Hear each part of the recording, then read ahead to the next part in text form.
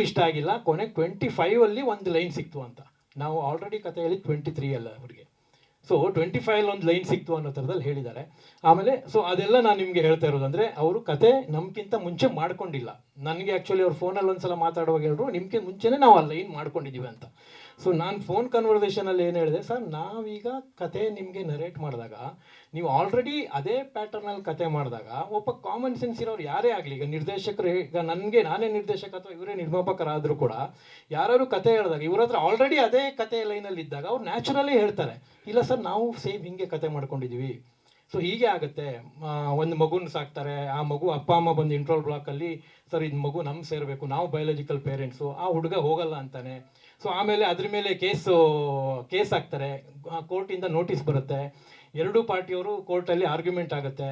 Biological parents ಈ ಮಗು ನಮ್ಮದು ಅಂತ ಅಲ್ಲಿ ವಾದ ಮಾಡ್ತಾರೆ. ಇವ್ರು ಸಾಕದ ತಂದೆ ಅವ್ರು ಹೇಳ್ತಾನೆ ನಾನು ಹೆಂಗೆ ಸಿಕ್ತು ಮಗು ಅಂತ ಅವ್ನು ಫ್ಲ್ಯಾಶ್ ಬ್ಯಾಕ್ ಹೇಳ್ತಾರೆ. ಆಮೇಲೆ DNA ಟೆಸ್ಟ್ ನಡೆಯುತ್ತೆ, ಬೇರೆ ಬೇರೆ ಏನೇನು ಪ್ರೊಸೆಸ್. ಈಗ ನೀವು ಲವ್ ಮಾಕ್ಟೇಲು ಕೂಡ ಅದೇ ಬೇಸ್ಡ್ ಮೇಲೆ ಇನ್ನೂ ಡೀಟೇಲ್ ಎಲ್ಲ ಇದೆ ಅದರಲ್ಲಿ, ಇನ್ಸೈಡ್ ಏನೇನು ನಡೆದಿದೆ ಅಂತ. ಸೊ ಟೋಟಲ್ಲು ನಾವು ಆ ಕತೆ ಹಂಗೆ ಬಂದಾಗ ಅವ್ರು ಆಲ್ರೆಡಿ ಮುಂಚೆನೇ ಆ ಕತೆ ಮಾಡ್ಕೊಂಡಿದ್ದಾಗ ಡೆಫಿನೆಟ್ಲಿ ಅವ್ರು ಕೇಳಬೇಕು ನಮಗೆ. ಸೊ ಆವಾಗ ನಾವು ತೋರಿಸ್ತಿದ್ವಿ, ಸರ್ ನೀವು ಓಕೆ ಬರ್ದಿದ್ದೇನಾದ್ರು ತೋರಿಸಿ ಅಂತ ಹೇಳ್ಬೋದು, ಇಲ್ಲ ಬಾಯಿ ಮತ್ತೆಲ್ಲ ಹೆಂಗೆ ಹೇಳಿದ್ರು ಕೂಡ ಸೊ ಓಕೆ ಸರ್ ಅವ್ರು ಮಾಡ್ಕೊಂಡಿದ್ದಾರೆ ಬಿಡಿ ಅಂತ. ಸೊ ನಾವು ಅದನ್ನು ಹೇಳ್ತಾ ಇದ್ವಿ. ಸೊ ಆ ಥರದ್ದೇನೂ ಆಗಲಿಲ್ಲ. ಸೊ ಹಂಗಾಗಿರೋದ್ರಿಂದ ನಾನು ಅದನ್ನು ಆ ಥರದವ್ರು ಕೇಳಲಿಲ್ಲ ಅದನ್ನು. ಆವಾಗ ಅವರ ಸೇಮ್ ಕತೆ ಅವ್ರ ಹತ್ರ ಇದ್ದಿದ್ದರೆ ಅವರು ಡೆಫಿನೆಟ್ಲಿ ಅದನ್ನು ಹೇಳ್ತಾಯಿದ್ರು. ಆ ಟೈಮಲ್ಲಿ ಅವ್ರ ಹತ್ರ ಕತೆ ಇರಲಿಲ್ಲ, ಅವರು ಜಸ್ಟ್ ಮಗು ಮೇಲೆ ಸಿನಿಮಾ ಮಾಡಬೇಕು ಅಂತ ಅಂದ್ಕೊಂಡಿದ್ರು ಅಷ್ಟೇ. ನಾವು ಕತೆ ಹೇಳಿದ್ವಿ, ಅದಾದಮೇಲೆ ಟ್ರೈ ಮಾಡಿದ್ದಾರೆ, ಆಗಿಲ್ಲ. ಮೋಸ್ಟ್ಲಿ ನಮ್ಮ ಕತೆ ಅವರಿಗೆ ಕನೆಕ್ಟ್ ಆಗಿರ್ಬೋದು, ಇಮೋಷ್ನಲ್ ಬ್ಲಾಕು. ಸೊ ಅಂತ ನಮ್ಮ ಒಂದು ಆರೋಪ ಅವ್ರ ಮೇಲೆ.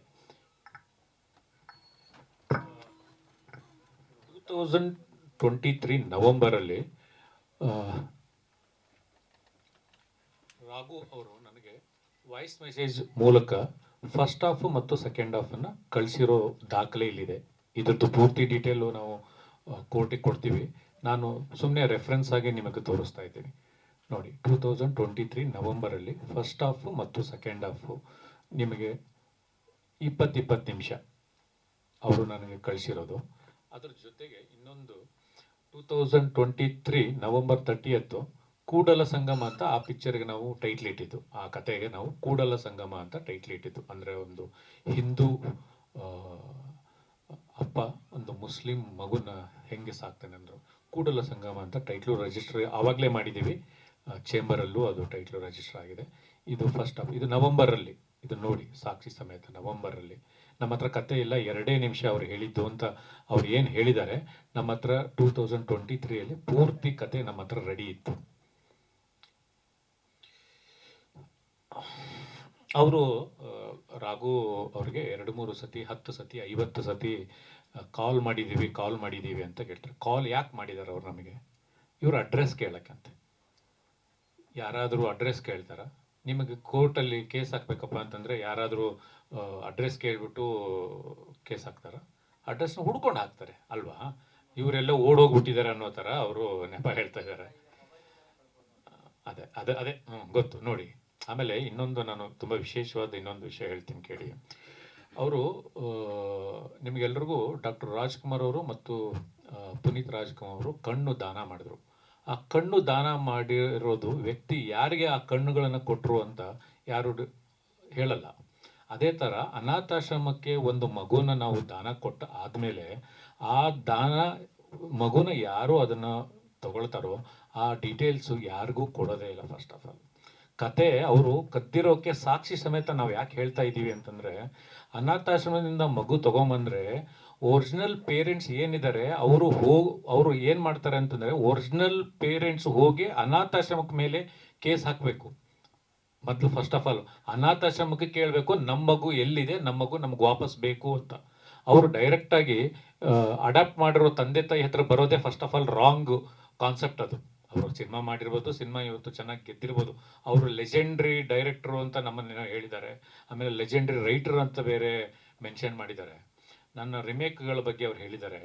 ಏನು ರುದ್ರತಾಂಡವ ಮತ್ತು ಜಾನ್ ಜಾನಿ ಜನಾರ್ದನಲ್ಲಿ ನಾನು ಅವರು ರಿಮೇಕ್ ಸಿನಿಮಾದಲ್ಲಿ ನಾನು ಅಂದರೆ ನಿಮಗೆ ಅವತ್ತು ಅದು ರಿಮೇಕ್ ಅಂತ ಗೊತ್ತಿರಲಿಲ್ವಾ? ಇಲ್ಲ, ಅವತ್ತು ನಿಮಗೆ ರಿಮೇಕ್ ಮಾಡುವಂಥ ಅವಶ್ಯಕತೆ ಇತ್ತು, ಅವತ್ತು ನೀವು ರಿಮೇಕ್ಗಳನ್ನು ಮಾಡಿದ್ದೀರಾ.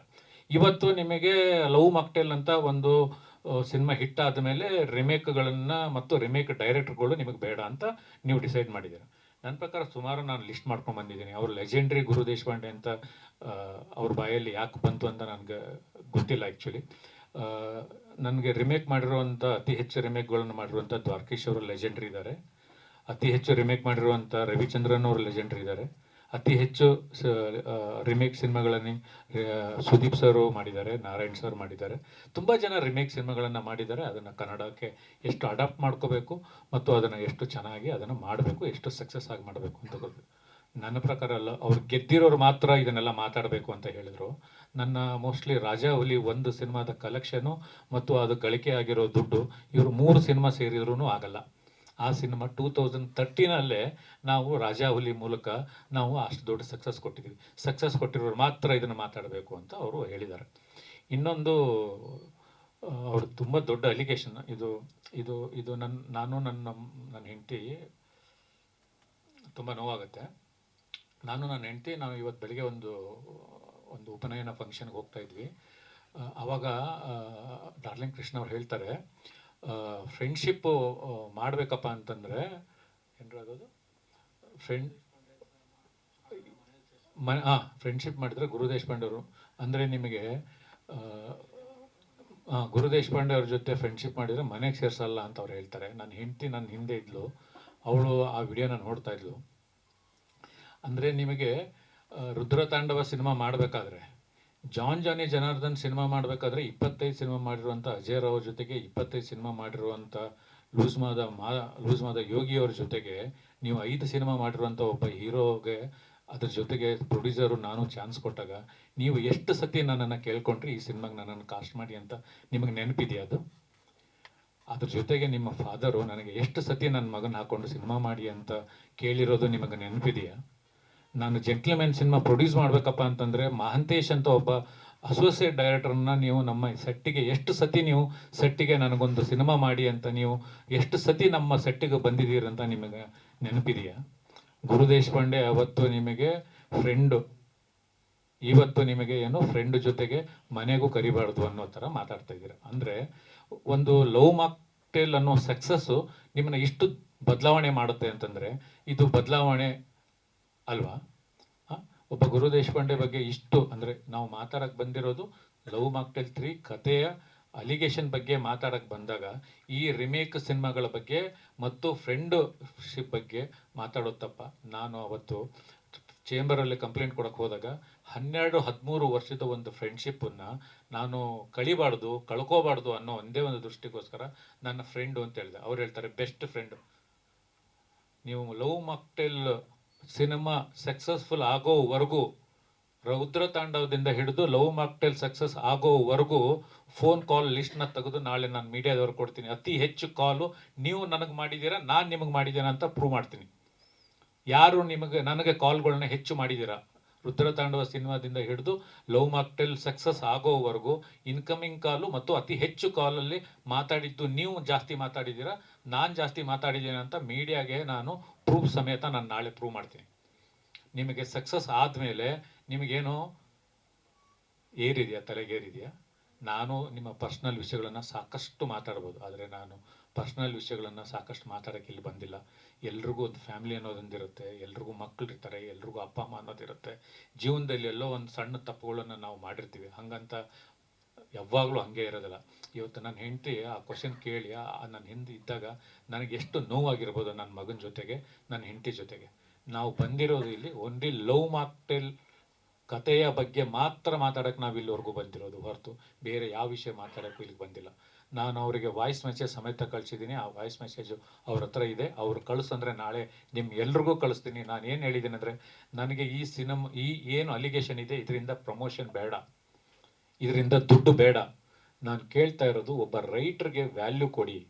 ಒಬ್ಬ ರೈಟ್ರು ಕತೆ ಮಾಡಿದ್ದಾನೆ, ಅದಕ್ಕೆ 8 ತಿಂಗಳು 10 ತಿಂಗಳು ಅವನು ಶ್ರಮ ಹಾಕಿದ್ದಾನೆ, ಅದಕ್ಕೋಸ್ಕರ ಅವನಿಗೆ ನೀವು ಬೆಲೆ ಕೊಡಿ ಅಂತ ನಾನು ನಿಮಗೆ ಕೇಳಿದ್ದು. ಅದಾದಮೇಲೆ ಇವರು ತಡ್ಕೊಳ್ಳೋದೆ ಇವರು ಒಂದು ಫೇಸ್ಬುಕ್ಕಲ್ಲಿ ಪೋಸ್ಟ್ ಹಾಕಿದರು. ಅದಾದಮೇಲೆ ಅವ್ರ ಫ್ರೆಂಡ್ಸ್ಗಳು ಮತ್ತು ಅಲ್ಲಿರುವಂಥ ಎಲ್ಲ ಕಮೆಂಟ್ಸ್ಗಳು ನೋಡಿಕೊಂಡು ಇನ್ನೊಂದು ಪೋಸ್ಟ್ ಹಾಕಿದರು. ಅದಾದಮೇಲೆ ಚೇಂಬರ್ಗೆ ನಾನು ಹೋಗಿದ್ದು ಒಂದೇ ಒಂದು ಕಾರಣ, ಯಾಕೆ ಅಂತಂದರೆ ಚೇಂಬರು ಇರೋದು ಏನು ಅಂತಂದರೆ, ಒಂದು ಪ್ರೊಡ್ಯೂಸರು, ಡಿಸ್ಟ್ರಿಬ್ಯೂಟ್ರು ಮತ್ತು ಎಕ್ಸಿಬಿಟರ್ಗೆ ಅಂತ ಪ್ರೊಡ್ಯೂಸರು, ಈ 3 ಸೆಕ್ಟರ್ಗೋಸ್ಕರ ಚೇಂಬರು ವರ್ಕ್ ಮಾಡೋದು. ಆ ಕಥೆಯ ರೈಟ್ಸು ನಾನು ಪ್ರೊಡ್ಯೂಸರ್ ಆಗಿ ನನ್ನ ಜಿ ಸಿನಿಮಾಸಲ್ಲಿ ಇರೋದ್ರಿಂದ ನಾನು ಚೇಂಬರ್ಗೆ ಹೋಗಿ ಇವ್ರ ಜೊತೆಗೆ ಹೋಗಿ ನಾನು ಕಂಪ್ಲೇಂಟ್ ಕೊಟ್ಟೆ. ಅದು ಬಿಟ್ಟರೆ ನಾನು ಯಾವತ್ತೂ ಅವರು ಮಗು ಮೇಲೆ ಮತ್ತು ಅವ್ರ ಹೆಂಡತಿ ಮೇಲೆ ಪ್ರಮಾಣ ಮಾಡಿ ನಾನು ಕದ್ದಿಲ್ಲ, ನನ್ನ ಆತ್ಮಸಾಕ್ಷಿ ಇಲ್ಲ ಅಂತ ಹೇಳಿದಾಗ ನಾನು ಬಿಟ್ಬಿಟ್ಟೆ. ಆಯಿತು ಬಿಡಿ, ನಿಮ್ಮ ಆತ್ಮಸಾಕ್ಷಿ ಇದು ಒಪ್ಕೊಳ್ಳಲ್ಲ ಅಂತಂದರೆ ಬಿಟ್ಬಿಡಿ ಅಂತ ನಾನು ಬಿಟ್ಬಿಟ್ಟೆ. ಅದಾದಮೇಲೆ ಇವರಿಗೆ ಫೋನ್ ಮಾಡಿ ಕಾಲ್ ಹೇಳ್ತಾರಂತೆ, ಗುರು ದೇಶಪಾಂಡೆ ನಿಮಗೆ ಕುಮ್ಮಕ್ ಕೊಟ್ಟಿದ್ದಾರಂತೆ. ನನಗೇನು ಅದರ ಅವಶ್ಯಕತೆ ಇದೆ ಕುಮ್ಮಕ್ ಕೊಡುವಂಥದ್ದು? ರೈಟರು 8 ತಿಂಗಳು ಕಷ್ಟಪಟ್ಟಿದ್ದಾರೆ, ಅವ್ರದ್ದು ಒಂದು ಕತೆ ಹೋಯ್ತಲ್ಲ ಅಂತ ಆ ನೋವಲ್ಲಿ ಅವರು ಹಾಕಿದ್ದಾರೆ. ಇಷ್ಟೇ ಆಗಿರೋದು. ಅದರ ಜೊತೆಗೆ ಸಾಕಷ್ಟು ಪರ್ಸ್ನಲ್ ಅವರು ವಿಷಯಗಳ ಬಗ್ಗೆ ಮತ್ತು ಸಿನಿಮಾಗಳ ಬಗ್ಗೆ ಅವರು ಟಾರ್ಗೆಟ್ ಮಾಡಿದ್ದಾರೆ. ನಾನು ನಿಮ್ಮ ಹತ್ರ ದಯಮಾಡಿ ರಿಕ್ವೆಸ್ಟ್ ಮಾಡಿ ಹೇಳ್ತೀನಿ, ಇದು ಇನ್ನೂ ಮುಂದೆ ಹೊರದ್ರು ಮತ್ತು ಇದು ಮುಂದೆ ಕೇಸು ಏನು ಬೇಕಾದರೂ ಅವ್ರು ಕೇಸ್ ಹಾಕಲಿ, ನಾವು ಅದಕ್ಕೆಲ್ಲ ಪ್ರೂಫ್ ಇದೆ. ನಮ್ಮ ಹತ್ರ ಎಲ್ಲ ಪ್ರೂಫ್ ಇದೆ. ನಾವು ಕೋರ್ಟಿಗೂ ಹೋಗ್ತೀವಿ, ಎಲ್ಲಿಗೆ ಬೇಕಾದರೂ ನಾವು ಅವ್ರ ಜೊತೆಗೆ ಹೋಗ್ತೀವಿ. ಇವಾಗ ನಾನು ಬರಬೇಕಪ್ಪ ಅಂತಂದ್ರೆ ಚೇಂಬರಿಂದ ಒಂದು ಮೆಸೇಜ್ ಕಳಿಸಿದ್ದಾರೆ. ನೀವು ಕಂಪ್ಲೇಂಟ್ ಮಾಡಿದರೆ 27 ಮಧ್ಯಾಹ್ನ 3 ಗಂಟೆಗೆ ಚೇಂಬರಲ್ಲಿ ಮೀಟಿಂಗ್ ಕರೆದಿದ್ದೀವಿ, ಬನ್ನಿ ಅಂತ ಕರೆದ್ರು. ನಾನು 3 ಗಂಟೆಗೆ ಬರ್ತೀನಿ ಅಂತ ನಾನು ಹೇಳಿದ್ದೀನಿ. ಆದರೆ ಪರ್ಸ್ನಲ್ ಟಾರ್ಗೆಟ್ ಮಾಡೋದು, ಅವ್ರಿಗೂ ಫ್ಯಾಮಿಲಿ ಇದೆ, ಅವ್ರಿಗೂ ಮಗು ಇದೆ, ಅವ್ರಿಗೂ ಅಪ್ಪ ಅಮ್ಮ ಇದ್ದಾರೆ, ಎಲ್ಲರೂ ಇದ್ದಾರೆ. ಪರ್ಸ್ನಲ್ ವಿಷಯಗಳ ಬಗ್ಗೆ ಮಾತಾಡಬೇಡಿ ಅಂತ ಹೇಳ್ತಾ ಅವ್ರ ವೈಫ್ ಮಿಲನ್ ಅವ್ರ ಪಕ್ಕದಲ್ಲಿ ಕೂತ್ಕೊಂಡಿದ್ರು. ಟಾರ್ಗೆಟ್ ಮಾಡಬಾರ್ದು, ಪರ್ಸ್ನಲ್ ವಿಷಯಗಳ ಬಗ್ಗೆ ಆದರೆ ಪರ್ಸ್ನಲ್ ವಿಷಯಗಳು ಮಾಡಬಾರ್ದು ಅಂತ ಹೇಳಿ ಇವರು ಎಷ್ಟು ಕಿಂಡಲ್ಲಾಗಿ ನಮ್ಮನ್ನು ಮಾತಾಡಿದ್ರು ಅಂತ ನೀವೆಲ್ಲರೂ ಇದಕ್ಕೆ ಸಾಕ್ಷಿ ಇದ್ದೀರಾ. ಇದ್ರ ಜೊತೆಗೆ ಎಲ್ಲರಿಗೂ ನಾನು ನೀವೆಲ್ಲ ಯೂಟ್ಯೂಬ್ಗಳಲ್ಲಿ ಆಮೇಲೆ ಮೀಡಿಯಾಗಳಲ್ಲಿ ಎಲ್ಲ ಕಡೆ ನೀವು ನನ್ನ ಇಂಟರ್ವ್ಯೂಗಳಲ್ಲೆಲ್ಲ ಹಾಕಿದಾಗ ಸರ್ವೇ ಸಾಮಾನ್ಯ ಕಮೆಂಟ್ಸ್ಗಳು ಬರುತ್ತೆ. ಎಲ್ಲ ಕಮೆಂಟ್ಸ್ಗೂ ನಾನು ಒಂದೇ ಒಂದು ಆನ್ಸರ್ ಮಾಡೋದಂದರೆ, ಹೌದು ನಾನು ರಿಮೇಕ್ ಮಾಡಿದ್ದೀನಿ. ನಾನು 5 ಸಿನಿಮಾ ರಿಮೇಕ್ಗಳು ಮಾಡಿದ್ದೀನಿ. ನನಗೆ ಯಾವ ಥರದ್ದು ಆ ಟೈಮಲ್ಲಿ ಅವಕಾಶಗಳು ಸಿಕ್ತೋ ಆ ಅವಕಾಶಗಳಿಗೋಸ್ಕರ ನಾನು ರಿಮೇಕ್ ಮಾಡಿದ್ದೀನಿ. ಎಷ್ಟು ಸಾಧ್ಯನೋ ಅಷ್ಟು ಕನ್ನಡತನವನ್ನು, ಕನ್ನಡ ಸಂಸ್ಕೃತಿಯನ್ನು, ಕನ್ನಡನ ಬಳಸ್ಕೊಂಡು ಸಿನಿಮಾಗಳನ್ನ ಮಾಡಿದ್ದೀನಿ. ನಾನು ರಾಜವಲ್ಲಿ ತೊಗೊಂಡ್ರೆ ಓಂ ಹಿಂದೂ ಗುರುತು ತೊಗೊಳ್ಳಿ, ಲಾಸ್ಟ್ ನಾನು ಪಡ್ಡೆ ಹುಲಿ ಸಿನಿಮಾ ಮಾಡಿದ್ರಲ್ಲಿ 5 ಜಾನಪದ ಸಾಂಗ್ಗಳನ್ನು ಬಳಸ್ಕೊಂಡು ಮಾಡಿದ್ದೀನಿ, ಮ್ಯಾಕ್ಸಿಮಮ್ ಮಾಡಿದ್ದೀನಿ. ನಾನು ಯಾವಾಗ ನಿರ್ಮಾಪಕನಾದೆ, ಜೆಂಟ್ಲ್ಮ್ಯಾನ್ ಅಂತ ಒಂದು ಸಿನಿಮಾನ ಜಡೇಶ್ ನನ್ನ ಜೊತೆಗೆ 10 ವರ್ಷದಿಂದ ಕೆಲಸ ಮಾಡ್ತಾಯಿದ್ರು, ಅವರಿಗೆ ಕೆಲಸ ಕೊಟ್ಟೆ. ಅದಾದಮೇಲೆ ಇವಾಗ ರಾಮರಸನೂ ಮಾಡ್ತಾಯಿದ್ದೀನಿ, 4 ಸಿನಿಮಾಗಳನ್ನು ಮಾಡಿದ್ದೀನಿ. ನನಗೆ ಯಾವಾಗ ನಾನು ಅವಕಾಶಗಳನ್ನು ಕೊಡೋ ಪರಿಸ್ಥಿತಿ ಬಂದಾಗ ನಾನು ರಿಮೇಕ್ಗಳನ್ನ ಮಾಡಿಲ್ಲ. ರಿಮೇಕ್ ತಪ್ಪು ಅಂತ ನಾನು ಇವತ್ತು ವಾದ ಮಾಡ್ತಾ ಇಲ್ಲ. ಆದರೆ ನನ್ನ ವಿಡಿಯೋಗಳಿಗೆಲ್ಲ ಏನು ಬರೀತಾರೆ ಅಂತಂದ್ರೆ ಕಮೆಂಟ್ಸಲ್ಲಿ ರಿಮೇಕ್ ರಾಜ. ಹೌದ್ರಿ, ಬದುಕಕ್ಕೋ ಇಲ್ಲ ನನ್ನನ್ನು ನಾನು ಪ್ರೂವ್ ಮಾಡ್ಕೊಳ್ಳೋಕ್ಕೋಸ್ಕರ ಅವತ್ತು ಮಾಡಿದ್ದೀನಿ. ಆದರೆ 2020 ಇವತ್ತು 26 6 ವರ್ಷ ನಾನು ಸ್ವಮೇಕ್ ಸಿನಿಮಾಗಳನ್ನು ಪ್ರೊಡ್ಯೂಸ್ ಮಾಡ್ಕೊಂಡೇ ಬಂದಿದ್ದೀನಿ. ಅದ್ರ ಜೊತೆಗೆ ಇನ್ನೊಂದು ಯಾವತ್ತೋ ಒಂದು ನಡೆದಿರೋ ಇನ್ಸಿಡೆಂಟ್ ಇಟ್ಕೊಂಡು ನನ್ನನ್ನು ಪರ್ಸ್ನಲ್ ಟಾರ್ಗೆಟು ಮಾಡ್ತಾಯಿದ್ದೀರ.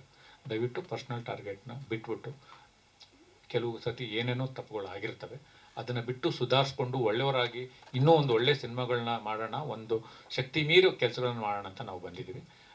ನಿಮ್ಮೆಲ್ಲರೂ ಸಪೋರ್ಟ್ ಇರುತ್ತೆ ಅಂತ ಅಂದ್ಕೊಂಡಿದ್ದೀನಿ. ನಿಮ್ದೇನು ಕ್ವಶನ್ಗಳಿದ್ರೆ ದಯವಿಟ್ಟು ಕೇಳಿ.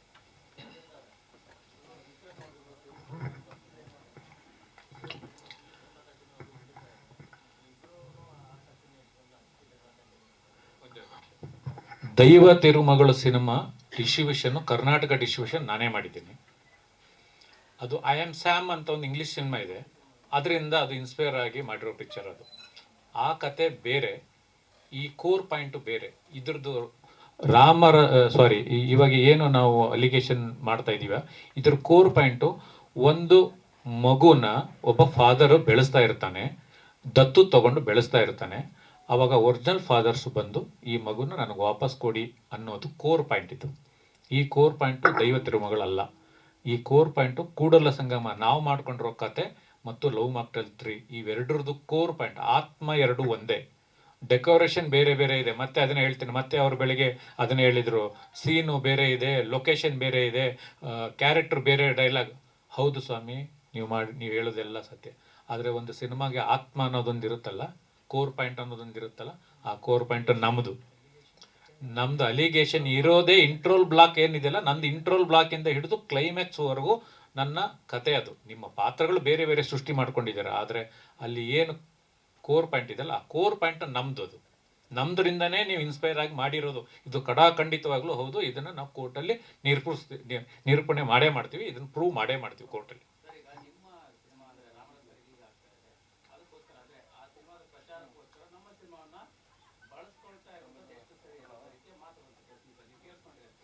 ನಾನು ಒಂದು ವಿಷಯ ಹೇಳ್ತೀನಿ ಕೇಳಿ.